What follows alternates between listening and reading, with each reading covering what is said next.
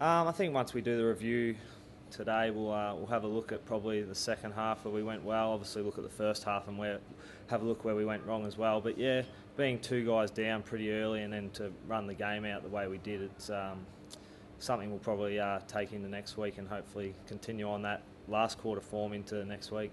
Yeah, it does take its toll. You probably play about another 10% game time, which doesn't sound like much, but it does take its toll, especially with rotations being it's a big part of the game these days. So yeah, losing two guys pretty early does, by the end of the game, takes its toll on you. We've got a 6-day break anyway, so it would be pretty light week usually. So yeah, I'm sure they'll see how the boys recover after today, and then we'll assess from there. I haven't seen them. We've got recovery in about 15 minutes after this, so I'm sure yeah, the doc will assess them, and then we'll know a bit more later today. Yeah, well, the reserves didn't have a game this week, but I know Dylan Buckley's already come in this year, so he's obviously a chance. Jeffy's playing great footy. Carazzo, Bryce Gibbs, there's quite a few boys who can come back in. Jeremy Ladle has been playing up forward, so we've got quite a few boys in the twos that have been putting their hand up and playing great footy, so just gives them an opportunity if those guys can't get up for next week. Yeah, he's an integral part of our team, so I think our ball delivery to our forwards wasn't great, but having Jared, everyone knows he's a great player, so he's obviously going to help every time he's out there. Yeah, we had a chat with Jared. He knows he done the wrong thing, and when he comes back in this week, he's got a chance to make up for it, and I know he's really wanting to do that. He knows he let the team down, and he addressed the group and apologised and said it won't happen again, so we've got to take Jared at his word, and hopefully this week he can come out and bounce back and repay the boys. Yeah, Jamo's in great touch himself, and yeah, to sort of get a sore shoulder early in the game and then to see it out, seeing we didn't have anyone on the bench, it's a great effort, and yeah, as you said, Rewalt's he's a superstar of the game and probably playing his best footy nearly of his career. So for Jamo to play on and do the job he did was a tremendous effort. I'm not sure. I haven't really spoken to Jamo, but yeah, it was giving him a little bit of trouble. But to play on, I'm sure he'll probably pull up all right and be right for next week. Honestly, no, I don't. Yeah, I couldn't tell you. We've reduced the size of Vizzy Park to suit Etihad, the same dimensions. So we've been training on it all year. So there's really no excuse for it to affect us playing there.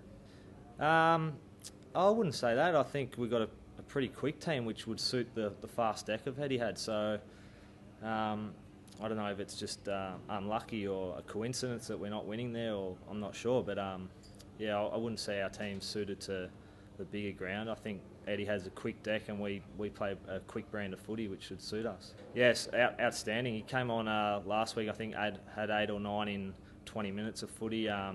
He's a ready-made player.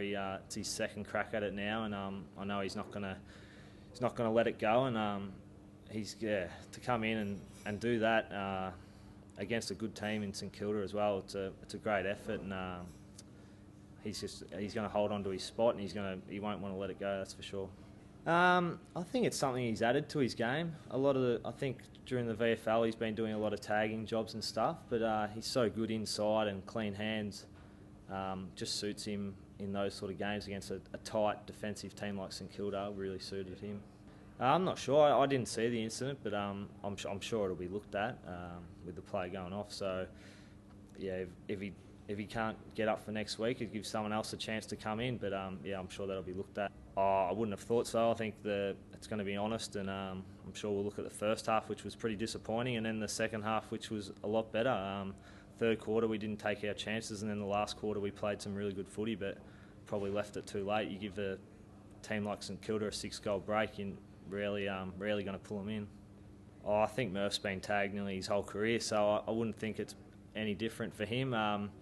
Juddy copped a tag last week against Melbourne, so yeah, those guys have pretty much been tagged their whole careers, and they're remarkable players the way they deal with it, and they still get their 20, 30 touches every week. So yeah, I wouldn't think it'd bother Murph too much.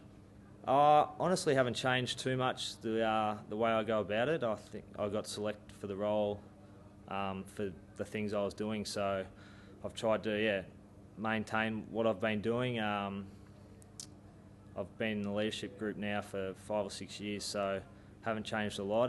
So it's just really a title to me, something I'm honoured to be a part of. But yeah, haven't changed too much things about the way I go about it. Yeah, it's an incredible effort to come from another club. I think he played 40 or 50 games there. So the way he goes about it, he's one of the hardest trainers I've ever seen. I've been with him now for 10 or 11 years, so I get a first-hand look at it. He's courageous, wins the ball. He's 31, I think, now, and he just won his first BNF. So yeah, he's playing some great footy, and I'm sure he could go another couple of years if he really wants to. And to play 250 games is a super effort. It was a pretty good goal. I was sort of running behind him. I was nowhere near him, but it's a good effort. Hopefully, it gets a nomination.